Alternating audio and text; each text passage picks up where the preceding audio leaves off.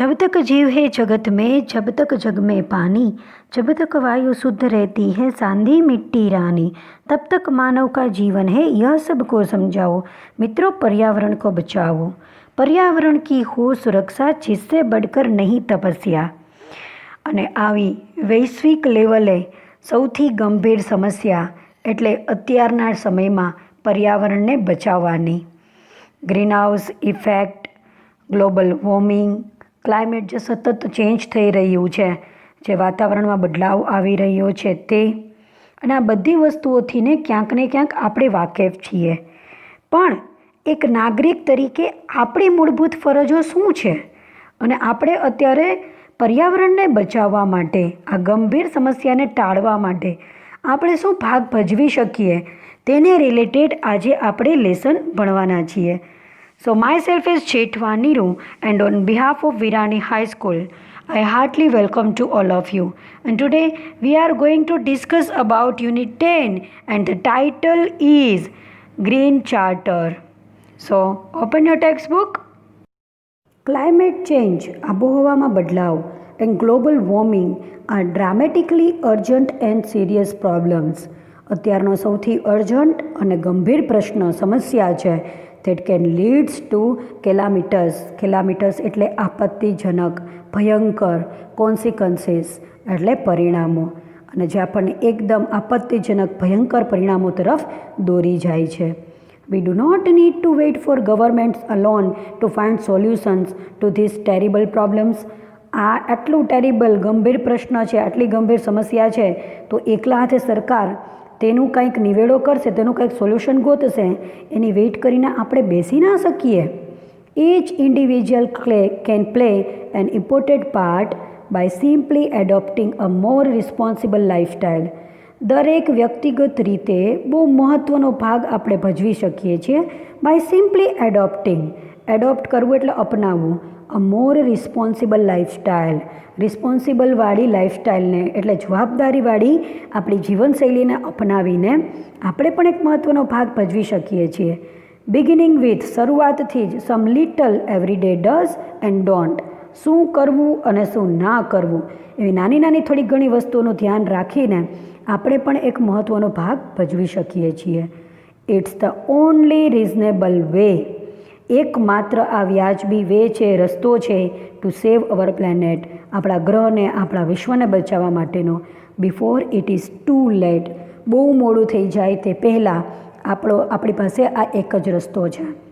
અને મિત્રો, શું કહેવા માગે છે કે પર્યાવરણમાં જે સતત આટલો બધો ફેરફાર થઈ રહ્યો છે, વાતાવરણમાં સતત આટલું ગરમીનું પ્રમાણ વધી રહ્યું છે, આ ગ્લોબલ વોર્મિંગ છે, એસિડ વર્ષા છે, આ બધાનું પ્રમાણ આટલું બધું વધી રહ્યું છે, અને આબોહવામાં પણ ફેરફાર થાય છે. તમે જોઈ શકો છો મિત્રો કે હવે શિયાળા અને ઉનાળામાં પણ ઘણીવાર માવઠું પડતું હોય છે, કરા પડે છે, એવા પણ આપણને ન્યૂઝ મળતા હોય છે. તો મિત્રો, આ બધી એટલી બધી ગંભીર સમસ્યા છે કે એકલા હાથે ગવર્મેન્ટ આમાં કંઈ નહીં કરી શકે. આપણે પણ આ બધી વસ્તુઓમાં આપણો ફાળો આપવો પડશે અને આપણી જવાબદારીઓને આપણે સમજવી પડશે. આગળ જોઈએ શું વાત કરે છે. It is important for all of us, એ વસ્તુ આપણા માટે બહુ જરૂરી છે ટુ થિંક, સમજવી in terms of first reducing our emissions of CO2. Reduce કરવું એટલે ઘટાડવું, રિડ્યુસિંગ એટલે ઘટાડવું, એમિશન્સ એટલે ઉત્સર્જન, એટલે CO2 એટલે કાર્બન ડાયોક્સાઇડ. સૌથી પહેલાં તો કાર્બન ડાયોક્સાઇડનું ઉત્સર્જન ઘટાડવું, ઓર કાર્બન ફૂટપ્રિન્ટ્સ અથવા કાર્બનની ફૂટપ્રિન્ટ્સ એટલે કાર્બનના રજકણો છે તેનું ઉત્સર્જન પ્રમાણમાં ઘટાડવું. અને આવા જે કાર્બન ડાયોક્સાઇડ અથવા કાર્બન ફૂટપ્રિન્ટ્સની અંદર જે આવતા ઝેરી વાયુઓ છે તેનું પ્રમાણ જો ઘટે ને મિત્રો, તો વાતાવરણમાં આજે આટલી હદે પલટો આવી રહ્યો છે અને પર્યાવરણ આટલી હદે જે ખરાબ થઈ રહ્યું છે તે પ્રમાણમાં ન થાય. The carbon footprint is a subset એટલે ભાગ ઓફ ધ ઇકોલોજીકલ ફૂટપ્રિન્ટ. તે ઇકોલોજીકલ ફૂટપ્રિન્ટનો ભાગ છે carbon footprint. A carbon footprint is the total set of greenhouse gas emissions caused by an organisation એટલે કોઈ સંસ્થા, ઇવેન્ટ એટલે કોઈ ઘટના, પ્રોડક્ટ એટલે ઉત્પાદન, ઓર પર્સન એટલે વ્યક્તિ, વસ્તુ, ઘટના કે કોઈ સંસ્થા દ્વારા થતા આ ગ્રીનહાઉસ ગેસના કુલ ઉત્સર્જનને આપણે કાર્બન ફૂટપ્રિન્ટ તરીકે ઓળખીએ છીએ. એટલે આ બધામાંથીને જે કે કહી શકાય તેવા ગ્રીનહાઉસ ગેસનું ઉત્સર્જન થતું હોય છે, જે ખરેખર વાતાવરણને નુકસાન કરી રહ્યું છે, બરાબર, તેને આપણે કાર્બન ફૂટપ્રિન્ટ કહીએ છીએ. Greenhouse gases can be emitted થવું એટલે નિકાસ થવું થ્રુ ટ્રાન્સપોર્ટ, એટલે ટ્રાન્સપોર્ટ કરતા હોય, પરિવહન કરતા હોય, લેન્ડ ક્લિયરનેસ એટલે જે વન નાબૂદી કરી દેવામાં આવે છે, and the production and consumption of food, એટલે જે ખોરાકનું પ્રોડક્શન કરવામાં આવે છે, ઉત્પાદન કરવામાં આવે છે, અને તેના કન્ઝપ્શન માટે એટલે કન્ઝપ્શન કરવું એટલે તેનો વપરાશ કરવો, ફ્યુઅલ્સ, પછી જે બળતણનો ઉપયોગ કરવામાં આવે છે, મેન્યુફેક્ચર ગુડ્સ એટલે કોઈ સાધન સામગ્રીને મેન્યુફેક્ચરિંગ કરવા માટે એટલે એનું ઉત્પાદન કરવા માટે, materials, woods, rods, buildings and services. અને આ બધી વસ્તુઓ છે, મટીરિયલ્સ છે, પછી વુડ એટલે કે લાકડું છે, રોડ છે, બિલ્ડિંગ્સ બનાવવા માટે એન્ડ સર્વિસીસ માટે, આ બધામાં છે તે ગ્રીનહાઉસ ગેસ છે તેની નિકાસ થતી હોય છે. ફોર સિમ્પ્લિસિટી ઓફ રિપોર્ટિંગ, અને બહુ સરળતાથી જો સમજીએ તો શું કહેવામાં માગે છે, it is often expressed in terms of the amount of carbon dioxide or its equivalent of other GHGs emitted. GHGs એટલે અહીંયા ગ્રીનહાઉસ ગેસની વાત કરેલી છે. એટલે શું કહે છે કે સરળતાથી જો સમજીએ તો વાતાવરણમાં કાર્બન ડાયોક્સાઇડનું પ્રમાણ, બરાબર, the amount of carbon dioxide or its equivalent of other greenhouse gas, એટલે જે ગ્રીનહાઉસ ગેસ છે બીજા એના જેવા જ જે ખરેખર વાતાવરણને નુકસાન કરી રહ્યા છે તેની એમિટેડ એટલે તેની નિકાસ. એટલે ટૂંકમાં મિત્રો, જે હવા પ્રદૂષણ થઈ રહ્યું છે અને જે પર્યાવરણને નુકસાન કરી રહ્યા છે તેવા આવા ગ્રીનહાઉસ ગેસીસ છે તેનું પ્રમાણ ઘટાડવાની આપણે કોશિશ કરી શકાય. As one begins this process, અને કોઈ એક જો આની પ્રોસેસ ચાલુ પણ કરી દે, it soon becomes evident that, એને તરત જ ખાતરી થઈ જશે that there is a no way we can certainly reduce our emissions of greenhouse gases to zero. અને તેને ખાતરી થઈ જશે કે કોઈ એવો રસ્તો જ નથી કે ગ્રીનહાઉસ ગેસને તમે ઝીરો સુધી લઈ જાઓ, એટલે સંપૂર્ણપણે તેને નાબૂદ કરી જ નાખો તેવું તો શક્ય જ નથી. શા માટે? કારણ કે every single aspect of our economy, aspect એટલે બાજુઓ, આપણા અર્થતંત્રની દરેક બાજુ છે, ફ્રોમ મેન્યુફેક્ચરિંગ ટુ ટ્રાન્સપોર્ટેશન, કે ભાઈ ઉત્પાદનથી લઈને તમે તેના પરિવહન સુધી જોઈ લ્યો, કે એગ્રીકલ્ચર ટુ હેલ્થકેર, કે ખેતીથી લઈને તમે હેલ્થકેર સુધી જોઈ લ્યો, is dependent on fossil fuel derived energy and resources. આ બધુંય કેના ઉપર ડિપેન્ડ કરે છે? ફોસિલ ફ્યુઅલ ઉપર. ફોસિલ એટલે અશ્મિભૂત એટલે જે ધરતીના સ્તરમાં વનસ્પતિ અને પ્રાણીનો પથ્થર થઈ ગયેલો અવશેષ હોય ને તેની એનર્જી અને તેના રિસોર્સ ઉપર, એટલે તેની ઉર્જા અને તેના સ્ત્રોત ઉપર આ બધું જ આધારિત છે. As we seek and develop alternative sources of energy, ધારો કે આપણે શોધીએ અને વિકસાવીએ કોઈ વૈકલ્પિક વિકલ્પો આ ઉર્જાના, and as V begin two think and live in more efficient way, એટલે કોઈ કાર્યક્ષમ જીવન જીવવા તરફ આપણે ઢળીએ પણ ખરા અને તેના પણ વિશે વિચાર કરીએ.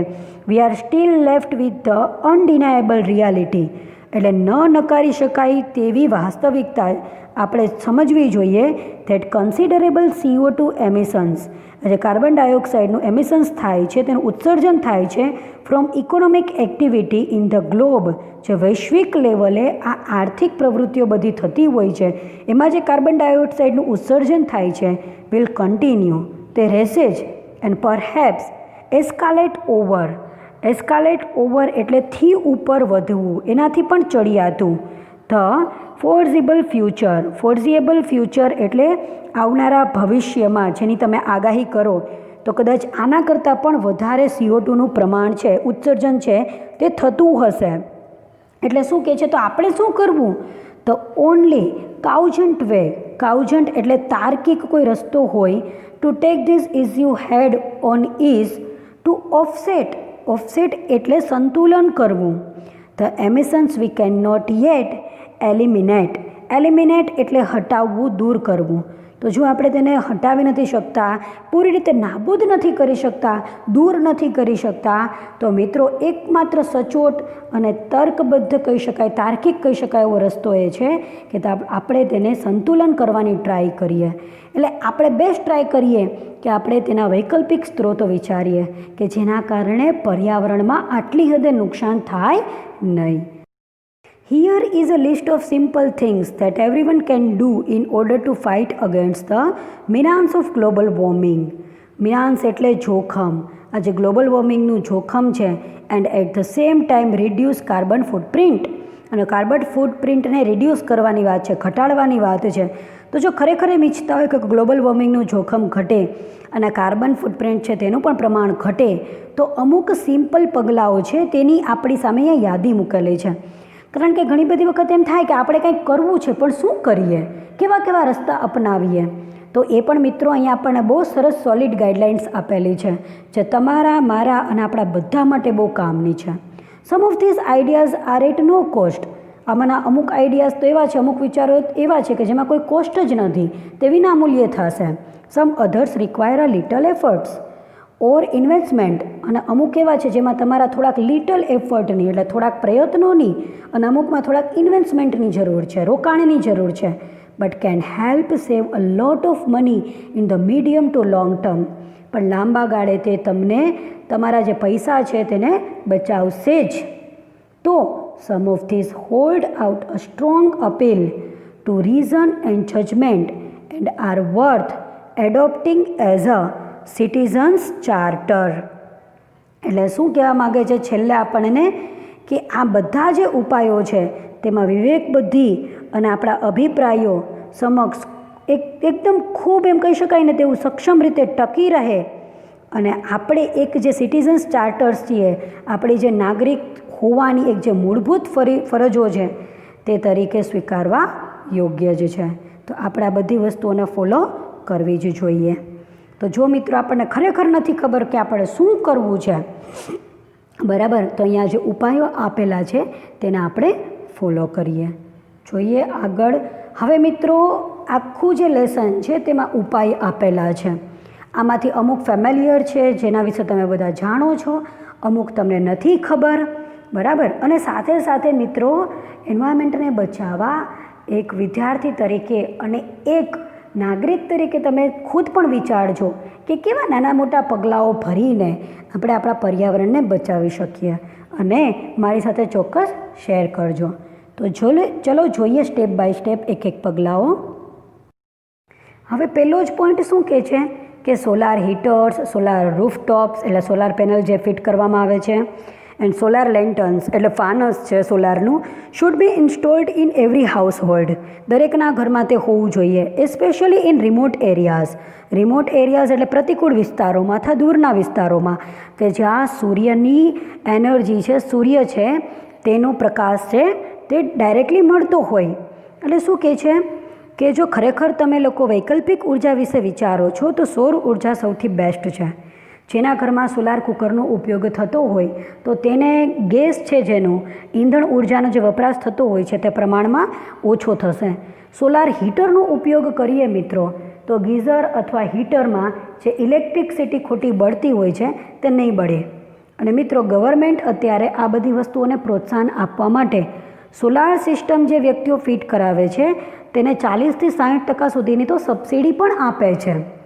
અને મિત્રો એક વખત જો સોલાર સિસ્ટમ ફિટ કરાવી દઈએ તો ઇલેક્ટ્રિસિટીનું ખોટું બિલ છે તે પણ બંધ થઈ જશે. એટલે સૌર ઉર્જાથી વપરાતા બધા સાધનોનો આપણે મેક્સિમમ ઉપયોગ કરવો જોઈએ. બીજો પોઈન્ટ શું કહે છે, અવેરનેસ કેમ્પેન મે બી ઇનિટેડ ફોર યુઝિંગ સોલાર લેટન્સ. અને સોલાર ફાનસનો મેક્સિમમ ઉપયોગ થાય એના માટે અવેરનેસ કેમ્પેન કરવા જોઈએ, જાગૃતતાના કાર્યક્રમો યોજવા જોઈએ. અને તે કોણ ખાસ કરીને યોજી શકે? NGOs can play a vital role in this regard. Vital role એટલે મહત્ત્વનો ભાગ. અને તેમાં આવી એનજીઓ જે સંસ્થા છે, જે સામાજિક સંસ્થાઓ છે તેમાં બહુ મહત્ત્વનો ભાગ ભજવી શકે. Millions of households are still lacking basic facility of electricity. હજી હજારો લાખો એવા ઘર છે અથવા એમ કહી શકાય કે હજી એવા અંતરિયાળ ગામો ઘણા બધા છે કે જ્યાં પૂરતા પ્રમાણમાં ફેસિલિટી ઇલેક્ટ્રિસિટીની જે સવલતો મળવી જોઈએ તે મળતી નથી, તેનું લેક છે, એટલે તેનું પ્રમાણ બહુ ઓછું છે, તેની કમી છે. This will prove to be a boon for them. Boon એટલે આશીર્વાદ, અને એ લોકો માટે તો ખરેખર આ એક આશીર્વાદરૂપ સમાન જ છે ને. મિત્રો, ઘણા બધા ગામડાઓ એવા છે જેમાં 2 કલાક કે 3 કલાક જ ઇલેક્ટ્રિસિટી આવતી હોય છે, અથવા અમુક અંતરિયાળ ગામો તો એવા છે કે જ્યાં હજી સુધી આવી ઇલેક્ટ્રિસિટી પહોંચી શકેલી નથી. તો જો આવી સોલાર ફાનસનો ઉપયોગ કરવામાં આવે મિત્રો, અને હવે જાગૃતતાના કાર્યક્રમો જો યોજવામાં આવે તો તે લોકોને પણ પૂરતા પ્રમાણમાં સવલતો મળી જાય છે. એક ત્રીજી વસ્તુ કે કાગળ છે તેનો બિનઉપયોગી એમ કહી શકાય ને કે જરૂરિયાત ના હોય ત્યાં આપણે તેનો વપરાશ ટાળીએ. કારણ કે મિત્રો, કાગળ છે ને તે વૃક્ષો છે તેમાંથી ને બનતા હોય છે, તમને ખ્યાલ છે બરાબર. એટલે જો ત્રીજો પોઈન્ટ એને રિલેટેડ જ છે. Print out should be taken from the printer only when it is absolutely inevitable. Inevitable એટલે બહુ જરૂરી હોય. એટલે શું કહે છે કે પ્રિન્ટ આઉટ તમે ત્યારે જ લ્યો પ્રિન્ટરમાંથી જ્યારે તમને બહુ એની જરૂરિયાત હોય. Complete editing should be done beforehand and then only the print option should be exercised. અને એક વખત ચેક કરી લ્યો કે કોઈ પણ વસ્તુની પ્રિન્ટ આઉટ કરાવતા પહેલાં કે કાંઈ પણ મારે એડિટ કરવું હતું, તેમાં ઉમેરવું હતું, તો બધી વસ્તુઓ કમ્પ્લીટ થઈ ગઈ છે ને. નહીંતર ઘણી બધી વખત લોકો શું કરે, કોમ્પ્યુટરમાંથી લેપટોપમાંથી ને પહેલાં એક પ્રિન્ટ આઉટ લે, પછી તેમાં કોઈ ફેરફાર હોય તો જાતે પેનથી લખે, વળી પાછોમાં ફેરફારમાં આપે, વળી તેની બીજી પ્રિન્ટ લે, એટલે એકને એક ફોર્મની 3 થી 4 પ્રિન્ટો થતી હોય. તો મિત્રો, આમાં છે કાગળ છે તેનો વપરાશ બહુ થતો હોય છે. Reading work food B performed on PC, monitor, laptop. અને જો તમારે ખરેખર કાંઈ રીડ જ કરવું છે, રીડિંગ જ કરવાનું છે, વાંચવાનું જ છે, તો તે પીસીના મોનિટર ઉપર પણ કરી શકાય અને લેપટોપની સ્ક્રીન ઉપર પણ કરી શકાય. તો તેના માટે પ્રિન્ટઆઉટ કઢાવવાની જરૂરિયાત નથી. This wood usually cut down paper consumption.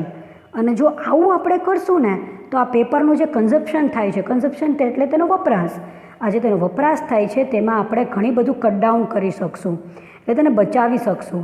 And save numbers trees. અને બહુ મોટી સંખ્યામાં આપણે ઝાડવાઓને બચાવી શકશું. તો આ પણ આપણે કરવું જોઈએ. અને એઝ એ સ્ટુડન્ટ તમારે લોકોને કાગળ છે તેનો બચાવ તમે મેક્સિમમ કરી શકો છો, કારણ કે તમે 12થના સ્ટુડન્ટ છો, બોર્ડના સ્ટુડન્ટ છો, અને તમારે રાઇટિંગ પણ ઘણું બધું કરવાનું હોય. મેં જોયું છે ઘણા બધા વિદ્યાર્થીઓને એવી હેબિટ હોય, એક લાઈન છોડીને લખવાની તેને ટેવ હોય છે. તો મિત્રો, તેનાથી ને કાગળ છે તે બહુ બધો વપરાશે. તો આવી બધી હેબિટો ટાળવી જોઈએ. ઘણા વિદ્યાર્થી મિત્રો 2 સાઈડ હાંસિયા પાડીને લખતા હોય છે. તો તમે 2 સાઈડ જ્યારે હાંસિયા પાડો છો ત્યારે એટલો સ્પેસ છે તે તો નકામો જ જતો હોય છે. તો મિત્રો, લખવાની જે રાઇટિંગ સ્ટાઇલ છે તેમાં પણ આપણે કાગળનો ઉપયોગ કરી શકીએ, વ્યવસ્થિત રીતે કાગળને બચાવી શકીએ. આ પછી એમ નથી કહેતી કે ઘણા વિદ્યાર્થીઓ એક લાઇનની અંદર બધું સમાવી દેતા હોય છે, એની પણ વાત નથી. પણ આપણી વિવેક બુદ્ધિનો ઉપયોગ કરીને આપણે જો કાગળને બચાવશું મિત્રો, તો આપણે પર્યાવરણમાં એક કહી શકાય તેવું મહત્ત્વનું યોગદાન આપી શકશું. ચોથો પોઈન્ટ એમ કહે છે કે જે વધારે પડતા પબ્લિસિટી માટે પેમ્ફલેટ બનાવવામાં આવે છે, છાપવામાં આવે છે, અને એવા લોકોને દઈ દેવામાં આવે છે જેનો ખરેખર કોઈ ઉપયોગ હોતો જ નથી. ફોર એક્ઝામ્પલ આપણે વાત કરીએ કે કોઈ સ્ટુડન્ટને કોઈ બિલ્ડિંગનું કન્સ્ટ્રક્શન થયું છે તેની પબ્લિસિટી માટેના પેમ્ફલેટ આપવામાં આવે તો તે વિદ્યાર્થી વર્ગને એની સાથે કંઈ લાગતું વળગતું જ નથી હોતું. તો એ વિદ્યાર્થી શું કરશે? એ પેમ્ફલેટનો ઘા કરી દેશે. ફોર એક્ઝામ્પલ કોઈ કોમર્સના સ્ટુડન્ટ પેપર દઈને બહાર નીકળે છે અને તે લોકોને કોઈ મેડિકલ કોલેજની પબ્લિસિટી માટે તેના પેમ્ફલેટ આપી દેવામાં આવે તો એ તેનું શું કરશે? કારણ કે કોમર્સના સ્ટુડન્ટને મેડિકલ ફિલ્ડ સાથે કોઈ લેવા દેવા જ નથી, એટલે તે શું કરશે કે ગમે ત્યાં પેમ્ફલેટને ફેંકી દેશે, કોઈ ગલીમાં ફેંકી દેશે. અને આના કારણે બહુ બધા પ્રમાણમાં કાર્બન ફૂટપ્રિન્ટ છે તેનું ઉત્સર્જન થાય છે. એટલે મિત્રો, આવા કાર્બન ડાયોક્સાઇડ છે જે ઝેરી વાયુઓ છે ખરેખર એનું બહુ મોટા પ્રમાણમાં ઉત્સર્જન થાય છે. જો એની વાત કરેલી છે, it is often seen that, બહુ બધી વખત જોવામાં આવ્યું છે that pamphlets are printed in large numbers. અને આવા મોટા પ્રમાણમાં પેમ્ફલેટ છે તે છાપવામાં આવે છે. એન્ડ ઇનડિસ્ક્રિમિનેટલી, એટલે કોઈ પણ જાતનો વિચાર કર્યા વગર ડિસ્ટ્રીબ્યુટ કરવામાં આવે છે, વેચી દેવામાં આવે છે ટુ ઓલ એન્ડ સન્ડ્રી, એવા વ્યક્તિઓને without any regard to their relevance to the recipients, એટલે જેની સાથે કાંઈને રિલેવન્સ જ નથી, કાંઈ લેવા દેવા જ નથી, એવા લોકોને, એવા ઓલ એન્ડ સન્ડ્રી એટલે એવા સામાન્ય માણસો છે તેને તે દઈ દેવામાં આવે છે. Letter on this trans papers લાઈ ડિસ્કાર્ડેડ એટલે ફેંકી દેવું, ઓન સ્ટ્રીટ, અને પછી આવા બધા પેપરો છે તે ગલીઓમાં વ્યક્તિઓ ફેંકી દેતા હોય છે. Leaving an enormous burden of carbon footprints, અને શું કહે છે કે આના કારણે જે મોટા પ્રમાણમાં આવા બધા પેપરો ફેંકી દેવામાં આવે છે તેના કારણે મેં કીધું તે રીતે તમને કે કાર્બન ડાયોક્સાઇડ છે તે આવા બધા કાર્બન ફૂટપ્રિન્ટ્સ છે બરાબર, તેનું ઉત્સર્જન વાતાવરણમાં વધે છે. Printing of pamphlet should be regulated, એટલે શું કહે છે કે જે પણ કાંઈ પ્રિન્ટિંગ કરો છો ને તે વ્યવસ્થિત રીતે થવું જોઈએ, કે ભાઈ એમાંય કંઈક રેગ્યુલેટેડ હોવું જોઈએ, નિયંત્રણ હોવું જોઈએ. મન પડે ત્યાં તમારે દઈ નથી દેવાનું. ડિસએમિનેટેડ ટુ કન્સર્ન ઇન્ડિવિજ્યુઅલ ઓનલી, અને વ્યક્તિગત રીતે જેને એની સાથે કાંઈ લેવા દેવા છે એવા જ વ્યક્તિઓને તે આપવું જોઈએ, તેવા જ વ્યક્તિઓને તે વેચવું જોઈએ. ડિસએમિનેટેડ કરવું એટલે વહેંચણી કરવી, સોંપવું. એટલે આ વાત કરવામાં આવેલી છે કે ભાઈ આવા પબ્લિસિટી માટેના ખોટા જે બહુ બધી મોટી સંખ્યામાં પેમ્ફલેટ છપાતા હોય છે તેના ઉપર પણ નિયંત્રણ લાદવાની ખૂબ જરૂરિયાત છે. Present air conditioners carry a lot of carbon footprint, અને અત્યારના જે એર કન્ડિશનર છે તે બહુ બધા પ્રમાણમાં કાર્બન ફૂટપ્રિન્ટ ધરાવે છે. Instead of conventional air conditioners, આવા પ્રણાલીગત એર કન્ડિશનરની જગ્યાએ latest power saving air conditioner should be used, અને આવા પાવર સેવર એસીની આપણે ઉપયોગમાં લેવા જોઈએ. આવા it would save electricity up to 50%, અને તે 50% સુધી વિદ્યુત ઉર્જાની બચત કરી શકે છે. એટલે ફ્રીજ છે, એર કન્ડિશનર છે, એ બધામાં જે પાવર સેવર આવતું હોય ને મિત્રો તેનો ઉપયોગ આપણે વધારવો જોઈએ. પછી શું કહે છે, don't leave appliances on standby mode, use the on off function in the machine itself. કોઈ પણ એપ્લિયન્સ છે એટલે ઉપકરણ છે, ટૂલ છે, સાધન છે, એને ક્યારે સ્ટેન્ડ બાય મોડમાં તમારે મૂકવું જોઈએ નહીં, અને તેની જગ્યાએ use the on off function in the machine itself, પણ એની જગ્યાએ તમારે તેને ચાલુ અને બંધ કરી દેવા જોઈએ. કારણ કે સ્ટેન્ડ બાય મોડમાં જ્યારે તમે કોઈ પણ એપ્લિયન્સને મૂકો છો, કોઈ પણ સાધનને, for example laptop standby મોડમાં પડેલું હોય, કોઈ કામ કરતા હોય લેપટોપ ઉપર અને પછી વચ્ચે એક 10-15 મિનિટની બ્રેક લેવાની થાય તો તે સ્ક્રીન એમનેમ ચાલુ હોય એટલે તો ઓટોમેટિક સ્ટેન્ડ બાય મોડમાં વયું જાય. તો આવું ન કરવું જોઈએ, પણ તેની જગ્યાએ વ્યવસ્થિત રીતે ઉપકરણને ચાલુ અને બંધ કરી દેવા જોઈએ. પછી શું કહે છે મિત્રો, આ પિક્ચર જોઈને થોડો ઘણો ખ્યાલ આવી ગયો હશે અહીંયા શું કહેવા માગે છે, બરાબર. કારણ કે જો પર્યાવરણને નુકસાન કરતો હોય તો વાહનમાંથી નીકળતો ધુમાડો એ પણ બહુ વધારે પડતું નુકસાન કરે છે, એટલે તેને રિલેટેડ વાત કરેલી છે. People should be encourage to use battery driven scooters, બેટરીથી ચાલતા સ્કૂટર્સનો ઉપયોગ કરે વ્યક્તિઓ, તેના માટે એન્કરેજ કરવા જોઈએ, તેના માટે તેને પ્રોત્સાહિત કરવા જોઈએ. વિચ ઇન્વોલ્વ ઝીરો એમિશન્સ, જેની અંદર ઝીરો પ્રમાણમાં એટલે કોઈ પણ જાતનું ઉત્સર્જન કાર્બન ડાયોક્સાઇડનું થતું નથી. Technological advancements are need for sure to augment enlarge by adding to. Augment એટલે વધારવું, ઓગમેન્ટનો મતલબ શું થાય, વધારવું. There present single run which is around 70 kilometre at present. Such vehicles should be give government subsidy also because the carbon footprint is negligible. એટલે નેગ્લિગેબલ એટલે ઇન્સફિશિયન્ટ અથવા કહી શકાય બીજા શબ્દોમાં સ્મોલ. એટલે આ શું કહેવા માગે છે મિત્રો, સમજ્યા?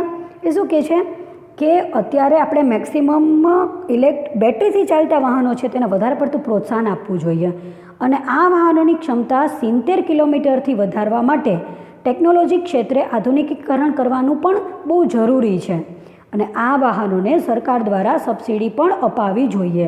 કારણ કે આ વાહનો છે તે કાર્બન છે તેનું ઉત્સર્જન તેમાં ઝીરો હોય છે, એટલે તેમાં કોઈ પણ જાતનું કાર્બનનું ઉત્સર્જન થતું નથી. એટલે મિત્રો જો ગવર્મેન્ટ છે આમાં પણ સબસિડી આપે તો બધા લોકો છે તે બેટરીવાળા વ્હીકલનો વધારે ને વધારે ઉપયોગ કરતા થઈ જાય. એટલે એ પણ કરવાની જરૂરિયાત ખરા. અને મિત્રો ખરેખર બહુ લોંગ ડિસ્ટન્સ ઉપર ન જવું હોય અથવા એટલું બધું વ્હીકલનો યુઝ ન થતો હોય તો બેટરીવાળું વાહન તો લેવું જ જોઈએ, એ જ વધારે સરળ રહે. અને મિત્રો આ 8મો પોઈન્ટ તો ખરેખર બહુ સમજવા જેવો છે કે નાની નાની વસ્તુઓનું કેવી રીતે આપણે જુઓ ધ્યાન રાખવું જોઈએ. ઘણાના ઘરમાં પંખા ચાલુ હોય, લાઇટો ચાલુ હોય, જરૂરિયાત ન હોય તો એ ફળિયાની લાઇટો ચાલુ હોતી હોય છે. અમુક લોકો આને લઈને બહુ કેરલેસ હોય છે, ધ્યાન જ નથી આપતા હોતા. ઓફિસની અંદર, સ્કૂલની અંદર લેક્ચર પતી જાય ત્યારે સ્ટુડન્ટ્સ લોકો પણ સમટાઈમ્સ ધ્યાન નથી આપતા હોતા. પંખો ચાલુ રહી જાય, લાઇટ ચાલુ રહી જાય તો એ લોકો એમ વિચારતા હોય છે કે અમારી થોડીના ડ્યુટીમાં આવે છે. પણ મિત્રો અલ્ટિમેટ તો એ જ વસ્તુ છે કે તમારું ઘર છે, ઓફિસ છે, સ્કૂલ છે, જો ત્યાં ખોટી ઇલેક્ટ્રિસિટીનો કોઈ બગાડ થઈ રહ્યો છે તો તમારે તે બચાવવો જોઈએ. દિવસ દરમિયાન લાઇટિંગની જરૂરિયાત હોતી નથી તો એ ક્લાસરૂમમાં સમટાઈમ્સ ટ્યુબ લાઇટો અને લાઇટો ચાલુ જ હોય છે, તો આનો ઉપયોગ પણ ટાળવો જોઈએ. જો એ જ વાત કરે છે we should reorient our electricity consumption habits both at home and office. ઘરે અને ઓફિસની અંદર આ વિદ્યુતની ઉર્જા છે તેને બચાવવા માટે આપણે ફરીથી બધાએ ધ્યાન કેન્દ્રિત કરવાની જરૂર છે. ફોર ઇન્સ્ટન્સ, ફોર એક્ઝામ્પલ વાત કરીએ, we should switch off fan. આપણે ફેન છે તેને બંધ કરી દેવો, કુલર છે ઓર એસી છે whenever not required or not in use. તેની કોઈ જરૂરિયાત નથી કે તેનો વપરાશ નથી ત્યારે આ બધી વસ્તુઓને બંધ રાખવી જોઈએ. Generally people are careless at offices. મેં વાત કરી ને કે વ્યક્તિઓ સામાન્ય રીતે ઓફિસ પોતે જાય છે તો ત્યાં બહુ કેરલેસ હોય છે, આવી કોઈ વસ્તુમાં તે ધ્યાન નથી આપતા. Lights can be seen on even and unwanted places or hours. અને જ્યાં જરૂરિયાત નથી તેવી કલાકોમાં ને તેવી જગ્યાએ આ છે લાઇટો છે તે ચાલુ ને ચાલુ રહી જાય છે. Houses and office should be construct two receive natural sunlight. અને આમ જોવા જઈએ તો ઘર અને ઓફિસ એવી રીતે કન્સ્ટ્રક્ટ કરવા જોઈએ, એવી રીતે બનાવવા જોઈએ કે જ્યાં નેચરલ સનલાઇટ મળે, એટલે સૌર ઉર્જા છે તેનું ભરપૂર તે આપણને મળી શકે. ઓબિએટિંગ એટલે અવોઇડ કરવું, તેને દૂર કરવું. Use of lamps in the day time. અને દિવસ દરમિયાન જો કોઈને લેમ્પ ચાલુ રાખવાની હેબિટ છે તો તેને બંધ કરી દેવા જોઈએ. 10-15 મિનિટનો પણ વચ્ચે બ્રેક મળે ને મિત્રો તો પણ જે રૂમમાં આપણે બેઠેલા છીએ, જે જગ્યાએ આપણે બેઠેલા છીએ ત્યાં ઇલેક્ટ્રિસિટી બંધ કરીને પછી જ નીકળવાનો આગ્રહ રાખવો જોઈએ. કારણ કે મિત્રો કોઈ પણ પ્લેસ છે ત્યાં આપણે આ બધી વસ્તુનું ધ્યાન રાખશું તો આપણે ઇલેક્ટ્રિસિટીને બચાવી શકશું. અને બહુ મહત્ત્વનું છે. જુઓ પછીનો ટૉપિક શું કહે છે, reduce number of kilometres. Reduce કરવું એટલે ઘટાડો. ઘણા બધા કિલોમીટર ઘટાડવાના છે. કેવી રીતે? બાય વોકિંગ, ચાલીને, સાયકલિંગ કરીને. કાર પુલિંગ એટલે એક કરતાં વધારે વ્યક્તિઓ સાથે મુસાફરી કરે. And using public transport. અને પબ્લિક ટ્રાન્સપોર્ટનો પણ ઉપયોગ વધારે ને વધારે કરવો જોઈએ. એ માટે તો મિત્રો સાયકલ ડે જેવા ડે પણ સેલિબ્રેટ થવા જોઈએ ને, કે જો એના કારણે વ્યક્તિઓ છે તો જરૂરિયાત નથી 1-2 કિલોમીટરના એરિયામાં જવું છે તો ખોટું પેટ્રોલ ન બાળે, ખોટા વાહનો લઈને નીકળી ન પડે. અને આપણને ખબર જ છે કે બહુ નજીકના વિસ્તારમાં જવું છે તો વોકિંગ પણ કરવું જોઈએ. કારણ કે વોકિંગ છે, જોગિંગ છે તે આપણા સ્વાસ્થ્ય માટે પણ સારું અને ખોટી એનર્જી વેસ્ટ ન થાય. ત્યારબાદ જો અમે કીધું એ જ વાત કરેલી છે, use of bicycle should be made popular. અને સાયકલની સવારી છે તેને પ્રોત્સાહન તો આપવું જ જોઈએ ભાઈ. We should observe cycle day once in a month and on that day cycle riding alone should be allowed bearing emergencies. અને એક દિવસ એવો હોવો જોઈએ કે જ્યારે સાયકલનો દિવસ છે તેવી જ રીતે તેની ઉજવણી કરવામાં આવે મહિનામાં એકવાર. અને બહુ ઇમરજન્સી ના હોય તો એના સિવાય બધાએ કમ્પલસરી સાયકલ છે તે જ ફેરવવાની, તેનું જ રાઇડિંગ કરવાનું.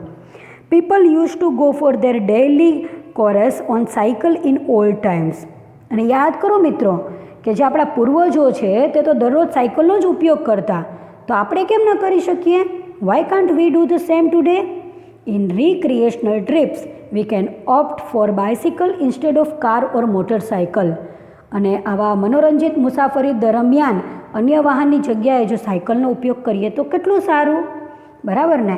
કારણ કે મિત્રો જ્યારે પૈડાની શોધ થઈ, બરાબર, શરૂઆતના સમયમાં ત્યારે ગાડું છે, ત્યારબાદ સાયકલ છે, અને જ્યાં સુધી આવા કોઈ વ્હીકલની શોધ નહોતી થઈ બરાબર. તો ત્યારે વ્યક્તિઓ દૂર સુધી ગામડાઓ સુધી તમારા દાદા દાદીને તમે પૂછજો, કોઈ તમારા વડીલ છે તેને પૂછજો કે એ લોકો કિલોમીટરનું અંતર સાયકલ ઉપર જ કાપતા.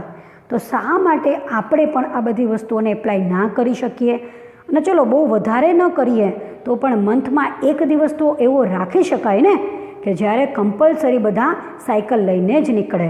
તો આના કારણે પર્યાવરણની અંદર જે હવા પ્રદૂષણ ફેલાય છે વાહનોમાંથી નીકળતા ધુમાડાના કારણે, તો તેને આપણે અટકાવી શકીશું.